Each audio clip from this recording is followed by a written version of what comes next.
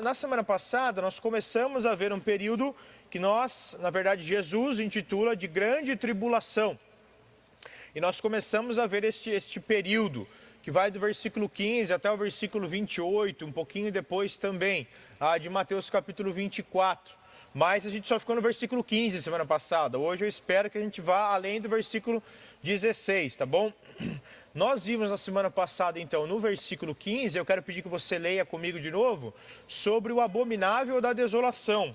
Mateus 24, 15, diz assim: assim, quando vocês virem o sacrilégio terrível, em algumas versões diz o abominável da desolação, do qual falou o profeta Daniel, no lugar santo, quem lê, entenda.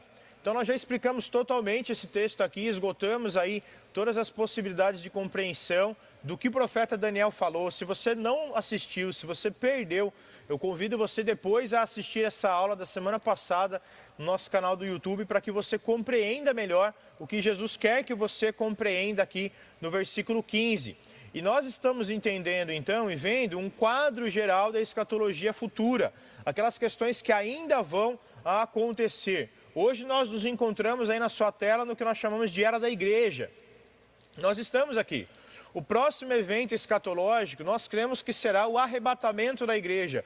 Não quando Jesus volta, mas quando a igreja é levada à presença dele, marcando então assim um princípio de futuro apocalíptico para a humanidade. Então a igreja será levada até a presença do Senhor e lá no céu a igreja passará por dois eventos bíblicos. O tribunal de Cristo, quando cada cristão prestará contas de como viveu a sua vida diante de Cristo aqui na terra, e as bodas do Cordeiro, narradas ali em Apocalipse 19, o casamento de Cristo com a sua igreja, a união de Cristo com a sua igreja, quando Jesus voltará a celebrar a ceia do Senhor, comendo, bebendo, junto com a gente, uma grande festa de celebração.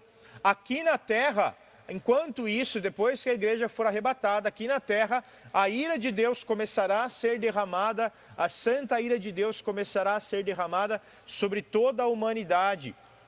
E nós vemos isso por meio de 3 séries de juízos de Deus. As séries de juízo dos selos, que nós também já vimos aqui na nossa primeira aula de Mateus 24, há 2 semanas atrás. A série de juízos das trombetas e das taças. E o anticristo surgirá aqui na terra, que foi o que nós vimos semana passada, neste período que nós chamamos de tribulação. Se você olhar aí na sua tela, a palavra tribulação ela tem um risquinho no meio. Por quê? Porque segundo vimos na semana passada, a tribulação ela durará 7 anos. E nesse período de 7 anos ele é dividido em 2 partes, em 3 anos e meio de tribulação, algo pesaroso, mas porém ainda leve, e os últimos 3 anos e meio, que a Bíblia chama de grande tribulação, que é onde nós vamos entrar hoje.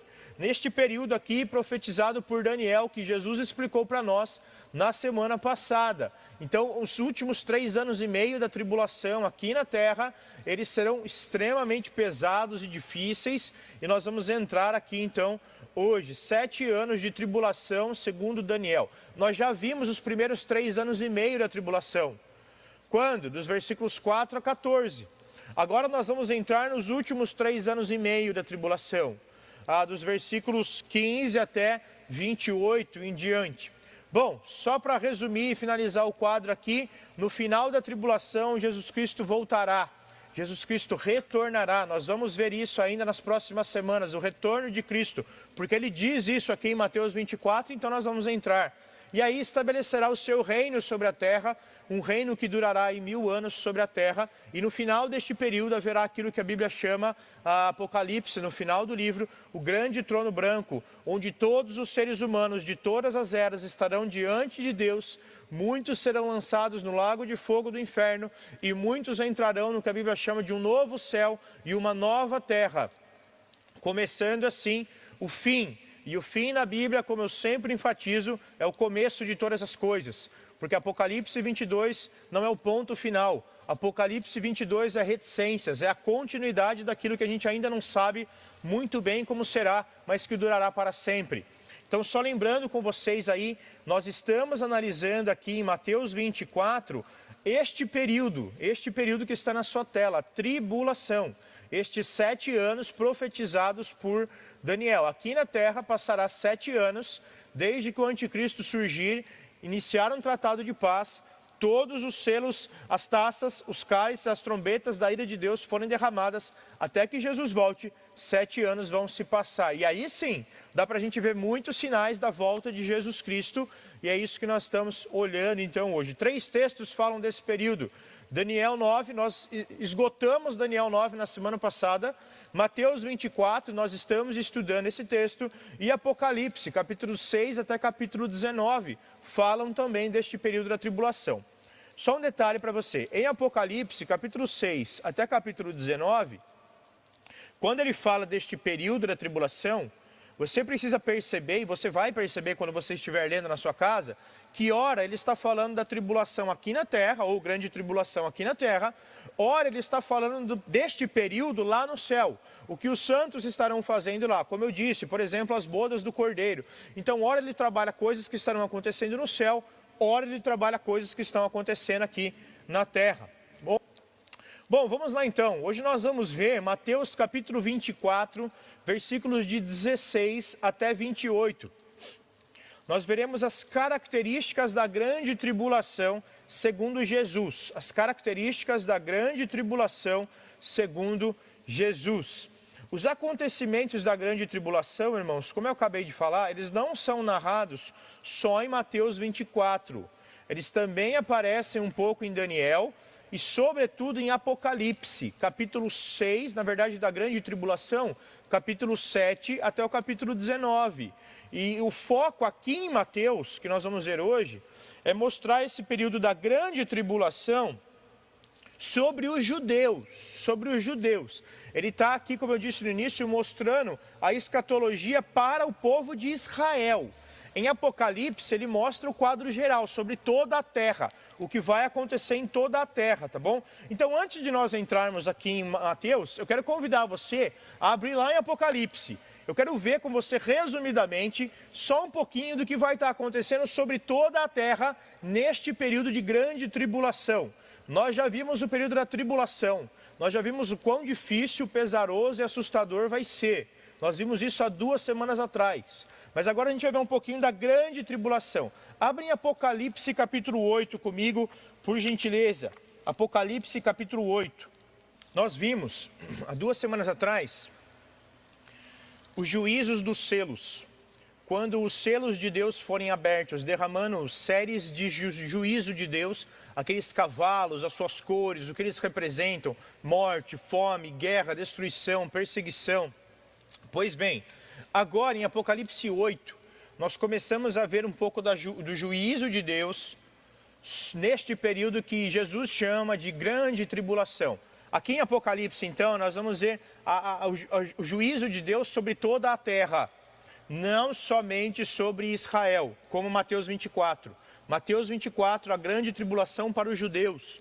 Apocalipse 8, a tribulação, a grande tribulação sobre toda a terra. Então, só alguns detalhes com você aí. Por exemplo, nós vamos ver então Apocalipse capítulo 8, capítulo 9, eu vou falar aqui bem rapidão, tá bom? Olha só, Apocalipse 8, versículo 1. Quando ele abriu o 7º selo, o 7º selo é o último selo. Cada um dessas séries de juízo de Deus, selos, trombetas e taças, são divididos em 7 ciclos. 7 selos, 7 trombetas, 7 taças. O último selo começa uma nova série de juízos de Deus. Quando ele abriu o 7º selo, o que aconteceu? Houve silêncio nos céus, cerca de meia hora. E aí vem aquelas piadas tolas, né, de que não vai ter mulher no céu porque houve silêncio de cerca de meia hora, blá, blá, blá. Isso não é verdade, isso é uma bobagem, isso é uma palhaçada. Vai ter mulher no céu sim, muito mais do que homem, tá bom? Porque tem muito mais mulher crente do que homem crente. Bom, houve silêncio por cerca de meia hora. Por que ele está falando aqui silêncio de cerca de meia hora? Apocalipse 8:1.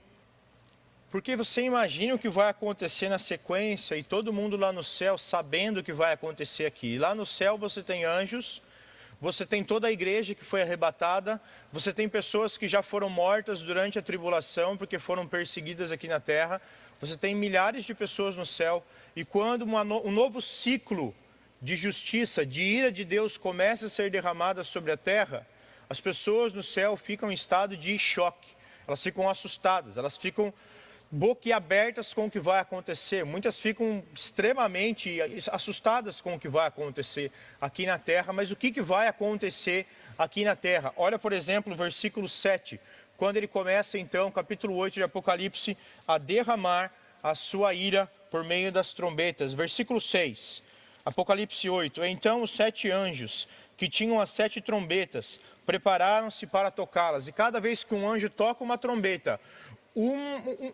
alguma coisa acontece na terra, a ira de Deus é derramada sobre a terra de algum modo. Versículo 7, o primeiro anjo tocou a sua trombeta, e granizo e fogo misturado com sangue foram lançados sobre a terra. Foi queimado 1/3 da terra, 1/3 das árvores e toda a relva verde. O que vai acontecer aqui na primeira trombeta? Destruição de 1/3 da vegetação da terra. Agora, você pode ser uma pessoa que não liga muito para essas questões naturalistas, né? Mas nós dependemos da natureza. 1/3 da vegetação da terra sendo destruída vai dificultar a produção de oxigênio, vai fazer com que você respire com maior dificuldade. Eu sei o que é ter asma, eu sei o que é ter falta de ar, é horrível. Vai fazer com que falte alimentos, já estava faltando, vai faltar mais ainda. Olha agora o versículo 8 e 9, a segunda trombeta, o segundo anjo tocou a trombeta, e algo como um grande monte em chamas foi lançado ao mar. 1/3 do mar se transformou em sangue, morreu 1/3 das criaturas marinhas, foi destruído 1/3 das embarcações, destruição de 1/3 de toda a vida marinha. Como que um grande cometa caindo no mar, destruindo 1/3 da vida marinha. Agora, você já viu peixe morto? Você já viu como um monte de peixe morto junto fede? Você imagine 1/3 de toda a vida marinha morrendo ao mesmo tempo. Imagine o fedor que vai tomar conta da terra. Depois ele vai continuar, versículos 10 e 11. Eu estou aqui só resumindo, tá? O terceiro anjo tocou a sua trombeta e caiu do céu uma grande estrela queimando como tocha sobre 1/3 dos rios, das fontes. O nome da estrela é Absinto. Tornou-se amargo 1/3 das águas, agora a água potável da terra. 1/3 da água potável da terra vai ser contaminada. Já estava faltando água, do pouco que tem, agora 1/3 vai ficar imprópria para consumo. As pessoas estarão sofrendo cada vez mais. O quarto anjo, versículo 12. O quarto anjo tocou a sua trombeta e foi ferido 1/3 do sol, e 1/3 da lua, e 1/3 das estrelas, de forma que 1/3 deles escureceu, 1/3 do dia ficou sem luz, e também 1/3 da noite, trevas. O sol e a lua vão diminuir a sua intensidade. O sol e a lua vão fazer com que o planeta se torne mais escuro. Imagine a quantidade de medo que isso vai causar nas pessoas. E nós precisamos do sol e da lua para o equilíbrio da nossa natureza. Deus fez todas as coisas perfeitas. O quinto, versículo 13.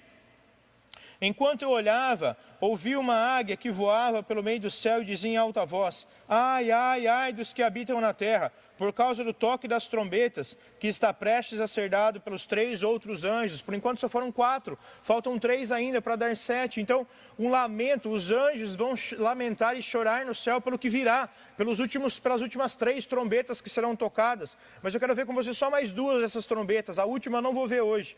Olha o que ele vai dizer aqui no capítulo 9, versículos de 1 a 12. Ele vai mostrar que Deus vai abrir o inferno e bestas sairão para atormentar os homens. Bestas sairão para atormentar a humanidade. Os homens irão ver demônios como que gafanhotos, como que parecendo escorpião, uma mistura de gafanhoto com escorpião, algo parecido com o que aconteceu nas pragas do Egito, mas muito pior, muito mais intenso, porque o capítulo diz para nós aqui que os homens vão querer morrer. Os homens vão tentar morrer de tanto medo, de tanta tormenta que estes animais, essas bestas vão causar, mas eles não vão conseguir morrer. Por 3 meses Deus vai impedir que qualquer ser humano morra. Olha o versículo 5 e 6 do capítulo 9. Não lhes foi dado poder para matá-los, para matar a humanidade, mas sim para causar-lhes tormento durante 5 meses. Eu falei 3, perdão, 5 meses. A agonia que eles sofreram era como uma picada de escorpião. Toda vez que um desses animais, essas bestas feras atacava, era como que uma picada de escorpião. Alguns irmãos aqui da igreja já foram picados por escorpião, sabem como eles agonizam de dor. Olha agora, ele vai continuar. Naqueles dias, versículo 6, os homens vão buscar a morte, mas não vão encontrá-la. Desejarão morrer, mas a morte fugirá deles. Durante 5 meses, Deus vai impedir que o ser humano morra, para que ele seja atormentado por estes demônios. Agora, uma coisa muito importante, o texto aqui, se você ler dos versículos 1 a 12, vai dizer que eles não vão atormentar aqueles que têm o selo de Deus, a marca de Deus. Os cristãos não serão atormentados por eles, assim como foi no Egito. Assim como foi no Egito, isso vai se repetir aqui agora, no fim dos tempos. Mas, ele vai continuar e vai mostrar agora, versículos de 9 a 13, versículos de 3 a 21, perdão, do capítulo 9 aqui de Apocalipse. Ele vai mostrar que 1/3 da humanidade, depois desses 5 meses, destes demônios atormentando a humanidade, depois desses 5 meses, 1/3 da humanidade vai morrer por meio de fogo, fumaça e enxofre. Uma chuva de fogo cairá do céu e vai consumir 1/3 da vida humana, que já havia sido diminuída significativamente no período da tribulação, e agora vai diminuir mais ainda. Mas tudo isso é interessante, porque se você olhar no capítulo 9, versículo 20 e 21, vai dizer, olha comigo, capítulo 9, versículo 20, o restante da humanidade, que não morreu por essas pragas, nem assim se arrependeu das suas más obras. Eles não pararam de adorar os demônios, de adorar ídolos de ouro, de prata, de bronze, de pedra, de madeira, ídolos que não podem se ver, nem ouvir, ídolos que não podem ver, ouvir e andar. Também não se arrependeram dos seus assassinatos, também não se arrependeram das suas feitiçarias, também não se arrependeram das suas imoralidades sexuais, também não se arrependeram dos seus roubos. Deus estará castigando toda a humanidade que não se voltou a Ele por meio de Cristo, de um modo nunca antes visto, e a humanidade não se arrependerá, a humanidade não se curvará diante de Deus. Então, isso aqui é um pouquinho do que vai estar acontecendo sobre toda a terra, nesse período da grande tribulação. Não é tudo. Isso aqui é um detalhe, algumas coisas que estarão acontecendo. Vai ter mais coisas, a gente vê isso depois. Isso aqui é o foco de Deus sobre toda a humanidade, sobre toda a maldade humana. É o período do juízo, da ira de Deus, aquilo que os profetas chamaram do dia do Senhor. Um dia de juízo, um dia de terror, um período de juízo, um período de terror. Mas como a gente vai ver também, um período de alívio e salvação para todo aquele que crê no Senhor. Quero convidar você aqui a voltar lá em Mateus agora, capítulo 24. Vamos ver o que Jesus vai dizer deste período sobre os judeus, porque a gente está estudando Mateus 24, tá bom? Eu só quero mostrar para você que nem tudo que está aqui em Mateus 24 é tudo que vai acontecer. Jesus tem um foco aqui. Jesus ele tem um foco sobre os judeus. O restante da Bíblia fala deste período para toda a terra, tá bom? Este período aqui que Jesus chama de grande tribulação. Bom, nós já vimos aqui então, nós vamos ver agora as características da grande tribulação. Nós já vimos o versículo 15, quando ele diz assim, como que vai começar esse período da grande tribulação? Ele vai começar quando o anticristo entrar no templo em Jerusalém, que não existe hoje, vai ser reconstruído em algum momento da história. Quando este anticristo entrar no templo e profanar o templo, se assentar, entrar no Santo dos Santos e disser, eu sou Deus, me adorem. Quando isso acontecer, os judeus vão ver isso e vão entender, ele não é o Messias prometido, ele é o anticristo, ele não é Deus, ele está profanando o templo, o Messias jamais faria isso e Jesus também nunca fez isso, ele sempre apontava a adoração para Deus, nunca queria ser adorado. Deus vai fazer com que ele seja adorado, mas ele não buscava autoadoração. Então o anticristo, quando ele buscar adoração para si, quando ele profanar o templo, tem-se início a segunda metade da tribulação, aquilo que o próprio Senhor Jesus vai denominar aqui de grande tribulação. Quando vocês virem, judeus, isso acontecendo, saibam que agora a coisa vai ficar feia. Bom, o que vai acontecer então neste período? 3 características desse período, segundo Jesus aqui em Mateus 24. Primeira das características, um sofrimento inigualável, um sofrimento nunca antes visto. E se você prestou atenção em tudo que eu falei até agora, Apocalipse 8 e 9, você já vai ver que realmente nunca aconteceu isso. Imagine as pessoas buscarem a morte, tentarem se matar e não conseguir, porque não aguentam mais ser atormentadas por estes demônios que virão do inferno para atormentar a terra. Somente os crentes não serão atormentados por eles. Imagine o fedor da terra, a escuridão da terra, a falta de alimento, a falta de água, a tormenta que vai ser viver nesse planeta. O medo e as pessoas sendo egoístas, cada um buscando o seu próprio interesse. Pois bem, um sofrimento inigualável, mas também um sofrimento inigualável para os judeus. Olha o versículo 16. Então, os que estiverem na Judéia, fujam para os montes. Quem estiver no telhado de sua casa, não desça para tirar dela coisa alguma. Quem estiver no campo, não volte para pegar o seu manto. Como serão terríveis aqueles dias para as grávidas e para as que estiverem amamentando. Orem para que a fuga de vocês não aconteça no inverno, nem no dia de sábado, porque haverá então grande tribulação, como nunca houve, desde o princípio do mundo até agora, nem jamais haverá depois desse dia. Quando vocês virem o anticristo chegando e profanando o templo, Jesus vai dizer, não vai mais ter tempo para vocês pensarem, fujam. O conselho de Jesus para o judeu é, fuja para os montes. Versículo 16. É interessante que na Bíblia, os montes, eles sempre aparecem como um lugar de refúgio para as calamidades. Agora, não é fácil você subir uma montanha. E o conselho de Jesus é, se escondam nas montanhas, porque o anticristo vai caçar os judeus. O anticristo vai caçar os cristãos que se converterem na tribulação. O anticristo vai caçar vocês. Isso aqui denota para nós uma situação de urgência. É interessante que ele vai citar no versículo 17, quem estiver no telhado de sua casa, não desça para tirar dela coisa alguma. Ele não está falando aqui do pessoal que faz festa na laje hoje em dia. E as pessoas que estão lá consertando a antena no telhado também. Do que ele está falando aqui? Nos dias do Novo Testamento, as casas, elas não tinham telhados igual as nossas casas possuem. Elas eram feitas, elas possuíam uma laje reta, onde as pessoas tinham um espaço de convivência. A laje das casas é onde o judeu ia depois do almoço, à tarde, para sentar, para bater um papo, para ter um tempo de relacionamento com os seus amigos, com os seus familiares. E essas lajes, elas tinham entrada, elas tinham acesso por parte externa, não tinha uma escadinha dentro da casa que subia para a laje. Elas ficavam do lado de fora, as escadas. Então, praticamente todas as casas dos judeus possuíam essa laje, o telhado delas. Os judeus gostavam de, no fim do dia, ir lá para a laje e ficar batendo papo sobre como foi o seu dia, o que aconteceu, conversar, ter um tempo em família. Era o espaço de convivência. É o que nós temos hoje como a sala de estar.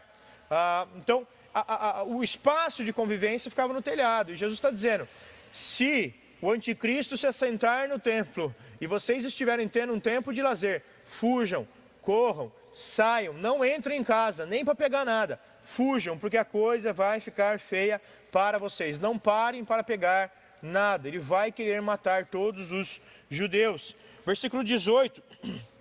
Quem estiver no campo, não volte para pegar o seu manto. Entenda que ele está falando para uma sociedade agrária aqui. Uma sociedade pastoril. O que ele está dizendo é, quando vocês souberem que o anticristo surgiu, fujam, não volta para casa para buscar suas coisas. Um pastor não levava o seu manto para o campo, porque ia estragar o manto, a sua roupa chique. Então, foge, não pega nada, escape enquanto é tempo. Versículo 19, imagine como vai ser difícil para as grávidas esse período. Imagine uma mulher grávida tendo que fugir para o monte. Como ele diz, o conselho de Jesus, fujam para os montes. Imagine uma grávida subir numa montanha, uma mulher que estava amamentando. E se isso acontecer no inverno, então, como ele coloca aqui? Os montes já são mais altos e já são mais frios. No inverno, mais frios ainda. E o que ele está dizendo é que dó que eu tenho de vocês nesse momento. Pena que agora vocês não se voltam para mim, vocês vão ter que passar por tudo isso. Os montes são muito frios no inverno. Nos montes, não necessariamente você tem alimento sobrando. Então as pessoas, elas vão sofrer de qualquer modo. E é interessante aqui que no versículo 20 ele diz assim, orem para que a fuga de vocês não aconteça no inverno, porque os montes ficam mais frios no inverno, é difícil você ficar escondido num lugar sem preparo algum, você não vai ter tempo para ficar comprando coisa, para se agasalhar, barraquinha de camping. E nem para que aconteça no dia de sábado. Por que ele está falando do sábado aqui? Porque o foco é o povo judeu, não é a gente. O foco é o judeu. Nos dias da tribulação, nós já vimos isso semanas passadas, a adoração no templo, ela vai ser restabelecida. Os rituais judaicos, eles vão voltar a ser praticados. Muitos judeus ainda não se converteram a Jesus. Os 144 mil, sim, estão pregando por aí, mas nem todo judeu se converteu. A religião judaica vai voltar a ser instituída e eles adoram a Deus no dia de sábado. E o judeu fariseu vai dizer que você não pode andar mais de 1000 passos em dia de sábado. E Jesus está aqui dizendo, que pena que eu tenho de vocês se isso acontecer no sábado, porque vocês não entendem a escritura ainda. Vocês vão ficar limitados aos seus 1000 passos e vocês vão ser perseguidos e mortos. Então orem para que isso não aconteça num dia de sábado. Vai voltar a ter um revigoramento da lei judaica. Não que Deus aprove isso, mas que eles vão praticar isso. E Jesus já está alertando eles. E qual que é o motivo então da urgência? Versículo 21. Haverá na terra grande tribulação, como nunca houve desde o princípio, nem há e nem jamais haverá. Então tudo que a gente vê hoje, todas as calamidades que a gente vê hoje na terra, não se comparam com o período do fim dos tempos, do dia do Senhor, a grande tribulação. Nada do que a gente viu até agora se compara. E a gente, como humanidade, já passou por várias desgraças, várias calamidades, mas elas não se comparam com o grande e terrível dia do Senhor. Esse texto aqui, versículo 21, está evocando, Jesus está trazendo à sua memória, a memória do judeu, um texto bem conhecido do judeu, que talvez para mim e para você passe despercebido. Mas ele está citando aqui Daniel. Jesus está o tempo todo com Daniel na sua cabeça. E agora ele está citando Daniel capítulo 12, versículo 1. Está na tela aí para você, que diz assim: naquela ocasião, Miguel, o grande príncipe que protege o seu povo, se levantará. Haverá um tempo de angústia, tal como nunca houve, desde o início das nações e até então. Ele está falando aqui do tempo do fim, quando haverá um tempo de angústia sobre a terra e sobre os judeus. Então, novamente, irmãos, apesar de Mateus focar, aqui Mateus está focando nos judeus, a grande tribulação não é só para os judeus, é para toda a humanidade. Vai abranger toda a terra. Mateus está falando somente para os judeus. Ah, judeu, você com o seu sábado. Ah, judeu, fuja para o monte. Ah, judeu, quando você vir o abominável da desolação lá no templo, que o profeta Daniel disse. Então o judeu está entendendo tudo isso daqui. Agora vai estar acontecendo coisas sobre toda a terra. Desolações e desgraças sobre toda a terra. Quero pedir para que você abra um outro texto comigo, para que a gente veja as desolações do período da grande tribulação sobre toda a terra. Abra comigo em Isaías, capítulo 24. Outros profetas profetizaram acerca deste período do fim. Isaías, capítulo 24.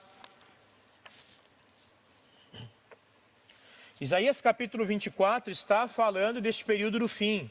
Do período que nós estamos aqui chamando da grande tribulação, quando a ira de Deus vai ser derramada sobre a terra. Só que ele vai descrever aqui, não só para o povo judeu. Entenda que Isaías era um profeta para Israel. Mas ele vai descrever esse período aqui, olha comigo o versículo 1.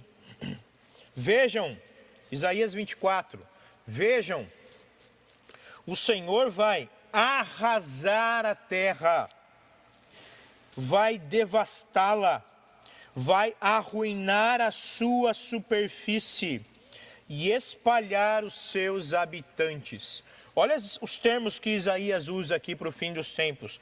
Arrasar a terra, devastar a terra, arruinar a terra, não só a Palestina, mas toda a terra, fazendo com que todos os habitantes da terra sofram nas mãos do anticristo, mas sofram também diante das trombetas da ira de Deus sendo derramada, sobretudo porque os homens não se arrependeram, sobretudo porque os homens não abrem mão das suas práticas más e da sua idolatria.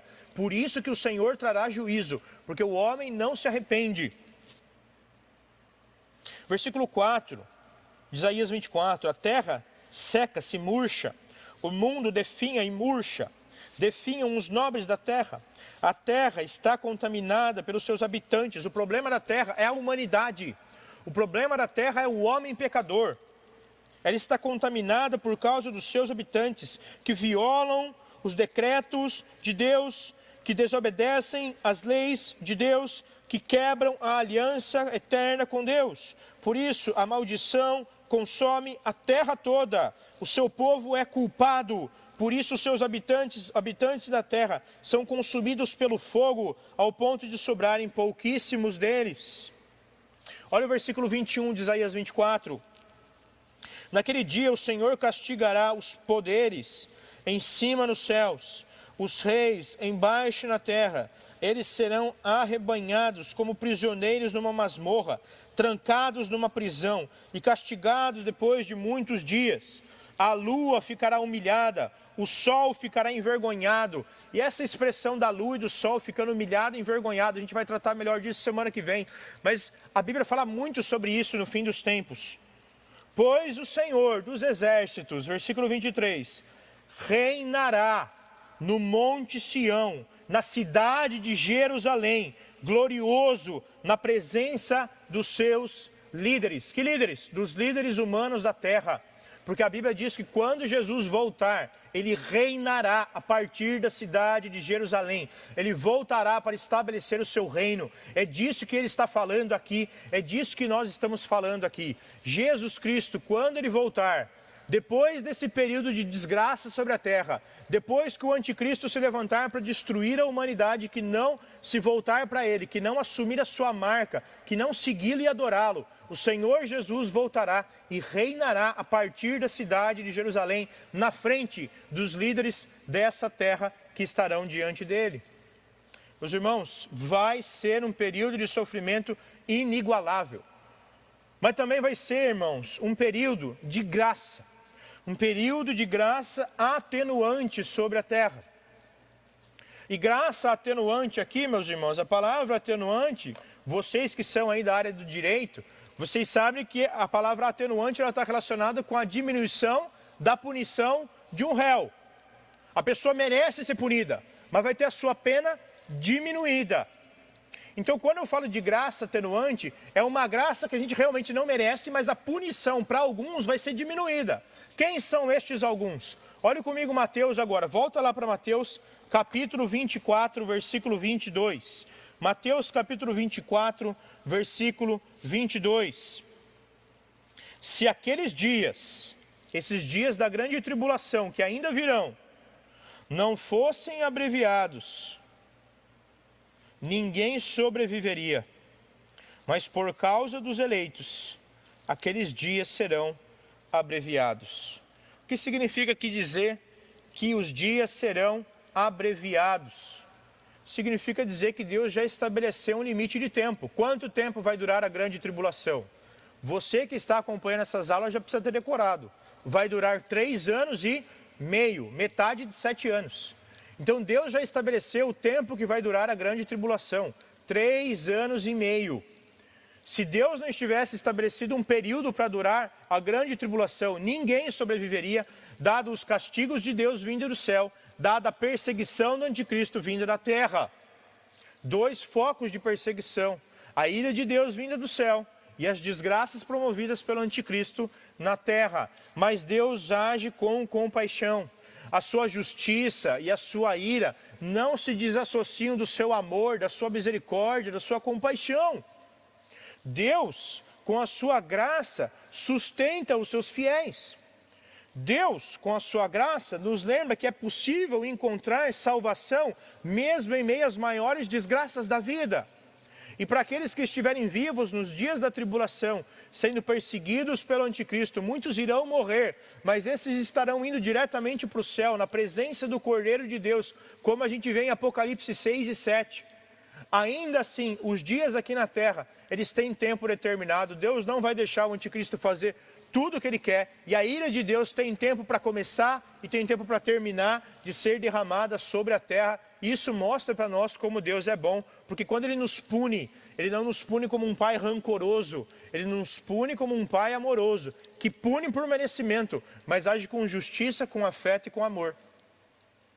Toda vez que eu disciplino as minhas filhas por algum pecado que elas cometeram e elas não se arrependeram de pronto, mas eu preciso ajudá-las e levá-las ao arrependimento e mostrar para elas a gravidade do que elas fizeram. Ou seja, toda vez que eu bato na bunda delas com uma varinha, elas são muito queridas, eu amo muito as minhas filhas. Eu faço isso com dor no coração, mas eu faço isso porque é importante para que elas se arrependam nos seus pecados.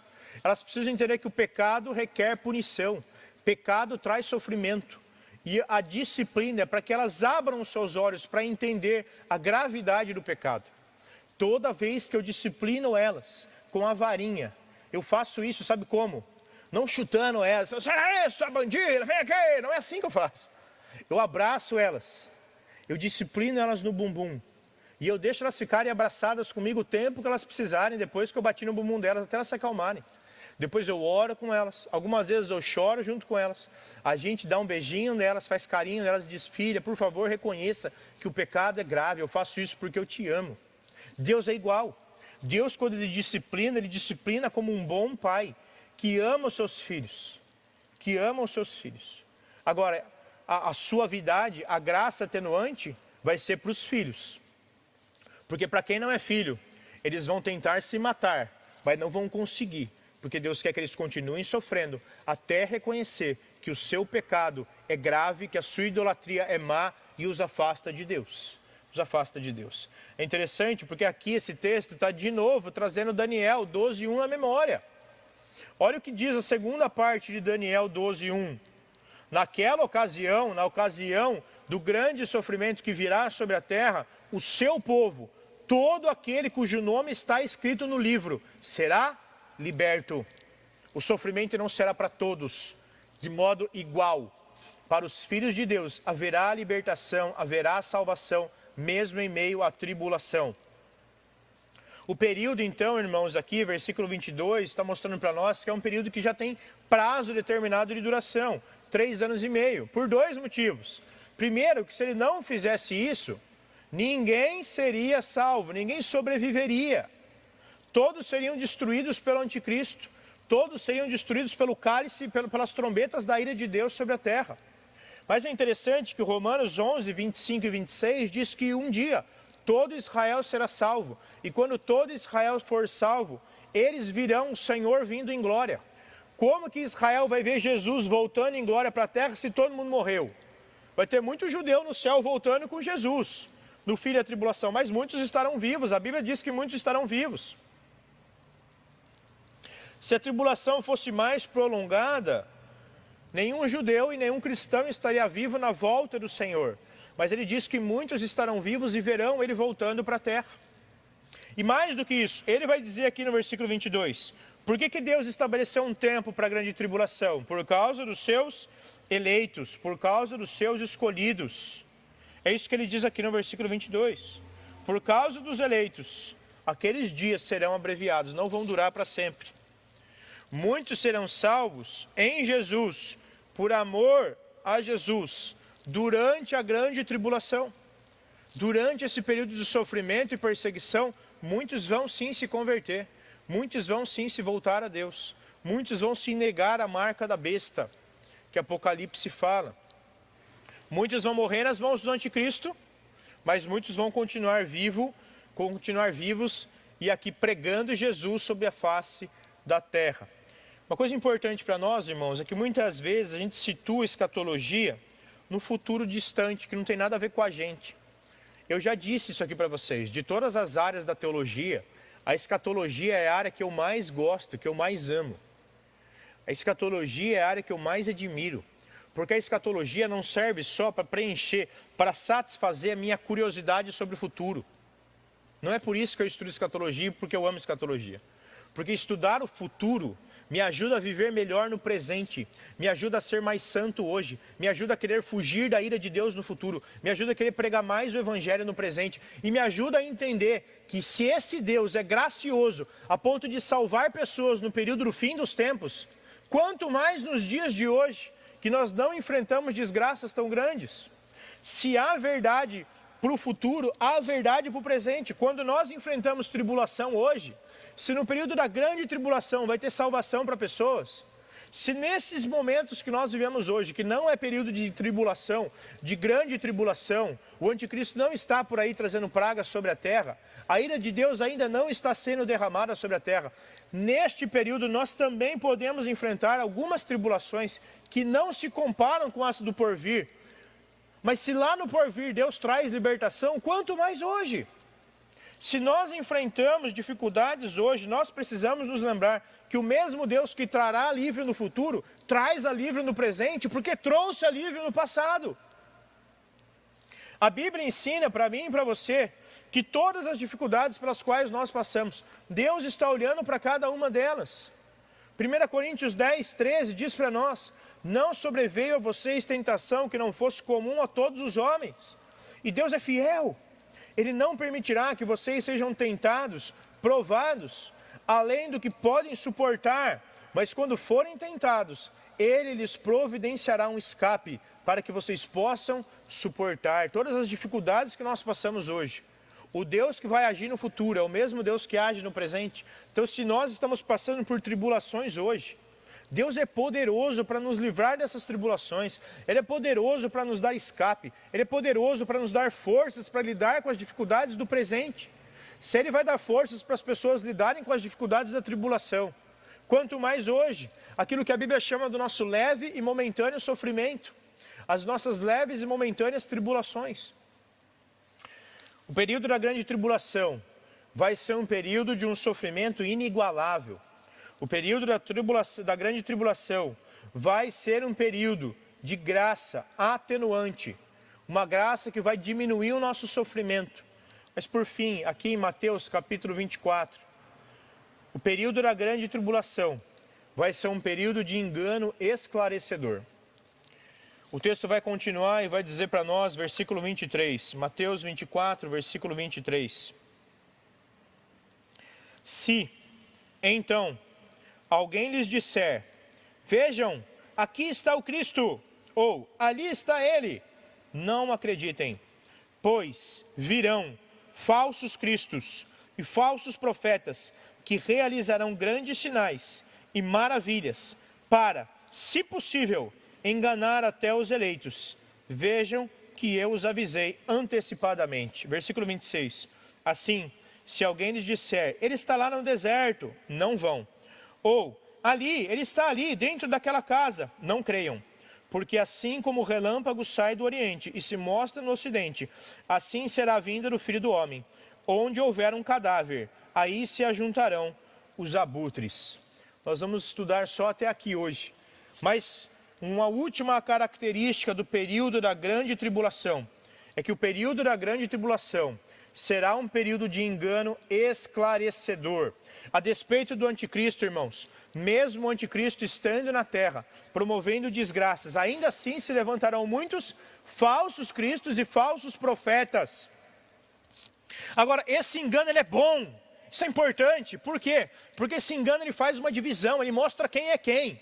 Ele mostra quem são as pessoas que realmente creem no verdadeiro Cristo, que entregou a sua vida por elas na cruz, que creem na palavra de Deus, que creem que Ele voltará do jeito que a Bíblia mostra, não de um modo oculto, de um modo escondido, dentro das casas, não que creem em falsos profetas. Falsos profetas sempre existiram, e pasmem, eles vão continuar existindo até na grande tribulação. Apesar de existir o grande anticristo, haverão falsos cristos neste período da tribulação. Eles sempre aparecem nos períodos onde as pessoas estão fragilizadas, onde as pessoas estão doentes, onde a pobreza, onde a miséria, sempre esses desgraçados aparecem. Desgraçados sim, porque não tem a graça de Deus dentro deles. Eles aparecem para roubar pessoas. É o momento onde os falsos cristos, os falsos profetas se levantam. E no período da tribulação, da grande tribulação, não vai ser diferente. Eles vão surgir. E eles vão surgir para tentar enganar pessoas, para ganhar dinheiro. As pessoas vão precisar de muito dinheiro nesses dias terríveis, dias difíceis. Na tribulação não vai ser diferente. Olha o versículo 23. Versículo 23 diz, inclusive, que eles vão ter seus súditos, seus seguidores. Então, se alguém lhes disser, quem que vai dizer? Vai dizer quem está seguindo. Olha, ele está lá. Olha, o Cristo voltou.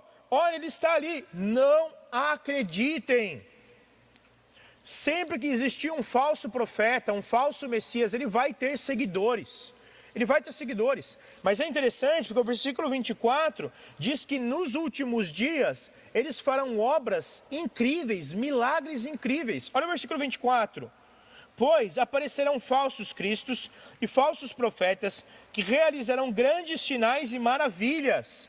Essa expressão que Jesus usa aqui, grandes sinais e maravilhas, é a mesma expressão usada para o período das pragas do Egito. Quando Moisés realiza aquelas coisas no Egito, a Bíblia chama aquilo de grandes sinais e maravilhas, é a mesma expressão aqui. O que Jesus está dizendo é que no período da grande tribulação, haverão pessoas que realizarão milagres incríveis sobre a terra, farão coisas incríveis, para, se possível, enganar até os eleitos, para enganar muitas pessoas serão enganadas por eles. Nós precisamos entender e lembrar que Deus é a maior fonte de poder do universo, mas Ele não é a única. Satanás também tem poder para fazer coisas sobrenaturais. Lembra dos magos do Egito? Eles também realizaram milagres diante de Moisés. Eles também faziam as suas magias ali diante de Moisés. Então Deus é a maior fonte de poder, mas Ele não é a única. E nos últimos dias, Satanás dará poder para falsos cristos, falsos profetas, enganarem pessoas. Porque ele não quer que as pessoas creiam em Jesus. Ele não quer que as pessoas creiam no verdadeiro Messias. Ele quer que as pessoas se enganem e vão junto com ele para o inferno. É isso que ele deseja.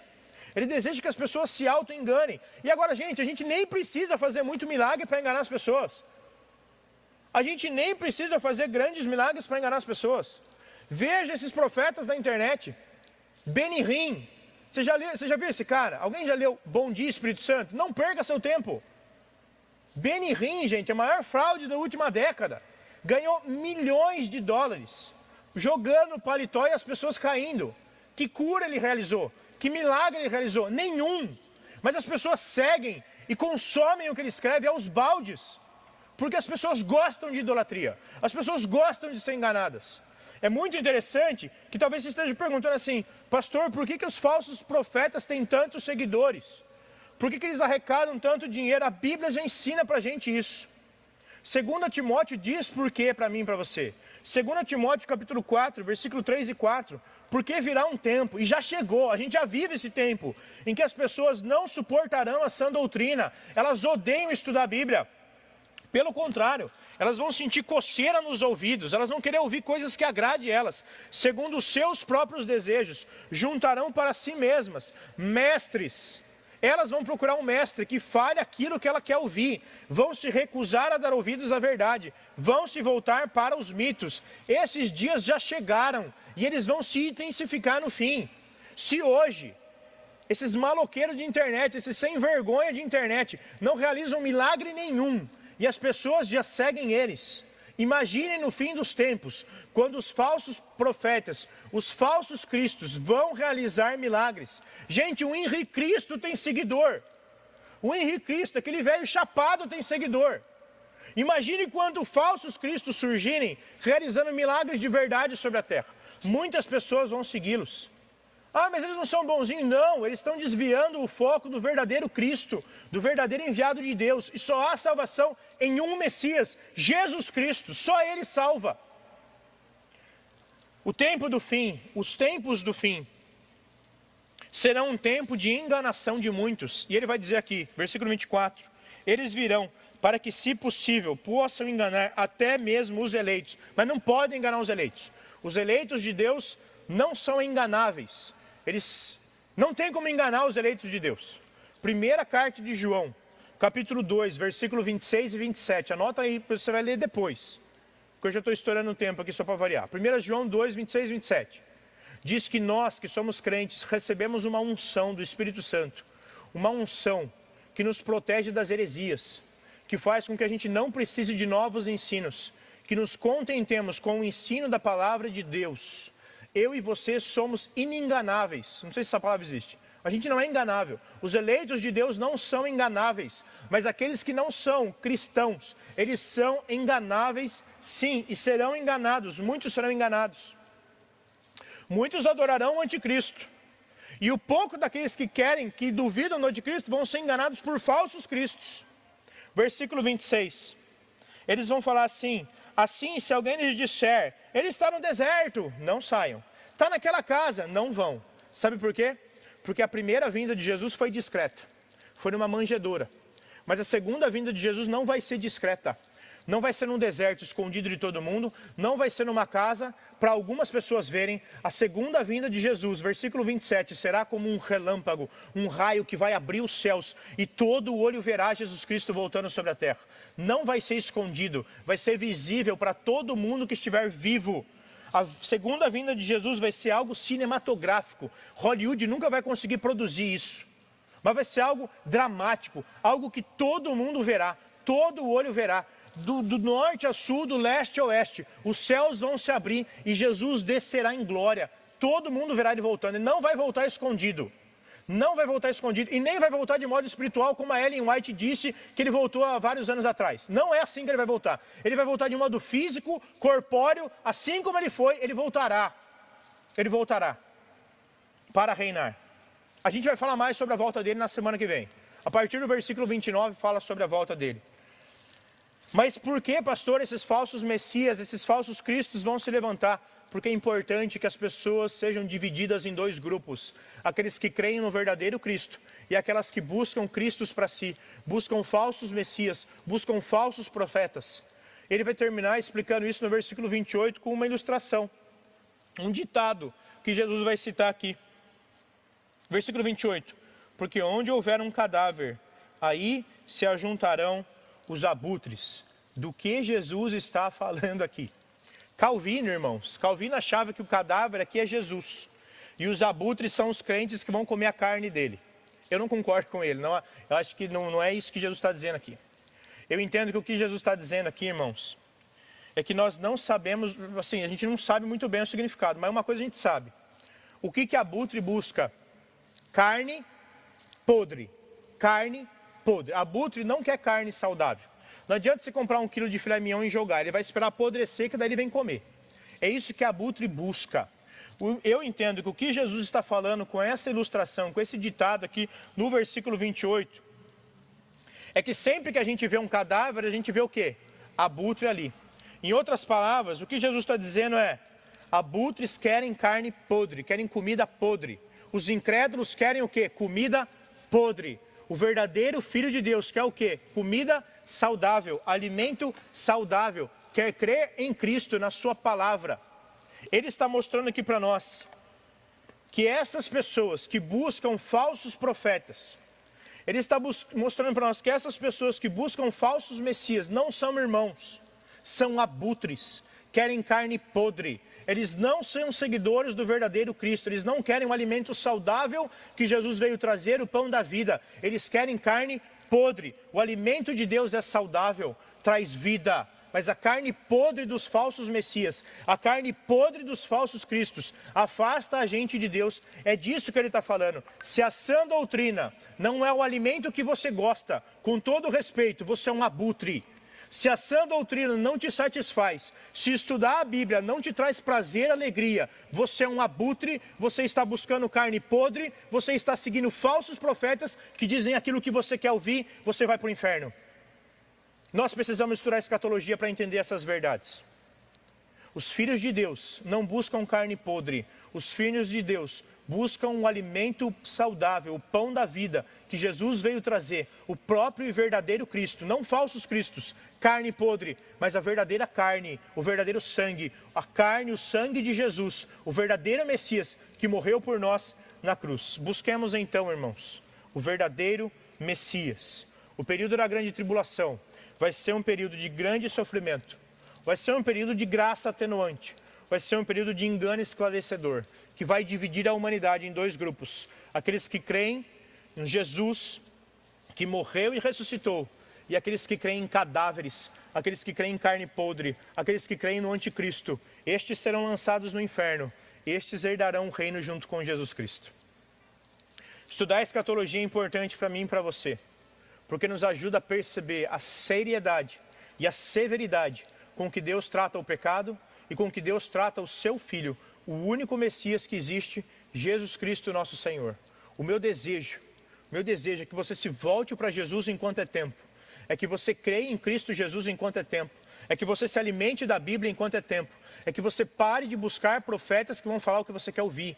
Seja um profeta político, seja um profeta espiritual, seja um profeta financeiro, que você pare de se auto-enganar, buscando pessoas que dizem o que você quer ouvir para a sua vida ser melhor. A sua vida só vai ser melhor quando você crer em Jesus Cristo, que veio, viveu, morreu e ressuscitou, pagando o preço do meu e do seu pecado, mas um dia voltará para reinar sobre a terra, junto com os seus. E eu quero voltar junto com Ele, porque Ele é o meu Salvador, Ele é o meu Senhor, e o meu desejo é que Ele seja o seu também. Eu quero orar por nós, por todos nós que somos filhos de Deus, eleitos de Deus, temos a marca de Deus e não passaremos pela tribulação. É assim que nós cremos. Eu quero orar por todos nós, e quero orar por você também, que ainda não é um filho de Deus, que ainda não se voltou a Jesus, que ainda não buscou Jesus como seu Salvador, e ainda não se tornou um filho de Deus por direito, por adoção. Eu quero orar por você, para que Deus faça com que você se volte para Cristo e encontre nele a salvação da sua alma. Vamos orar mais uma vez. E na semana que vem, nós vamos continuar estudando Mateus 24 e veremos como será a volta de Jesus. Senhor Deus, obrigado pela Tua palavra, Senhor, que é viva, que é eficaz, para nos confrontar, transformar, convencer do nosso pecado, da Tua justiça e do juízo que virá sobre a terra. Nós te agradecemos por Jesus, o justo, o santo do Senhor, que veio à terra para nos perdoar, pagar o preço dos nossos pecados.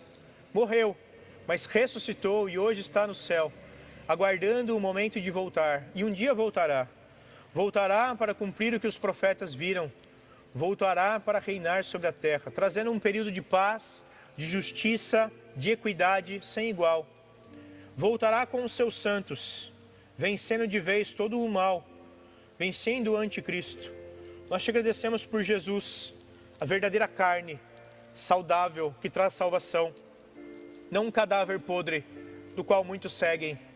Deus, obrigado porque nós cremos em Jesus. Dá, Senhor, que se tem alguém assistindo essa mensagem, que este que ainda não te conhece, possa se voltar para Cristo, como o pão da vida, que veio trazer salvação para todo aquele que nele crê.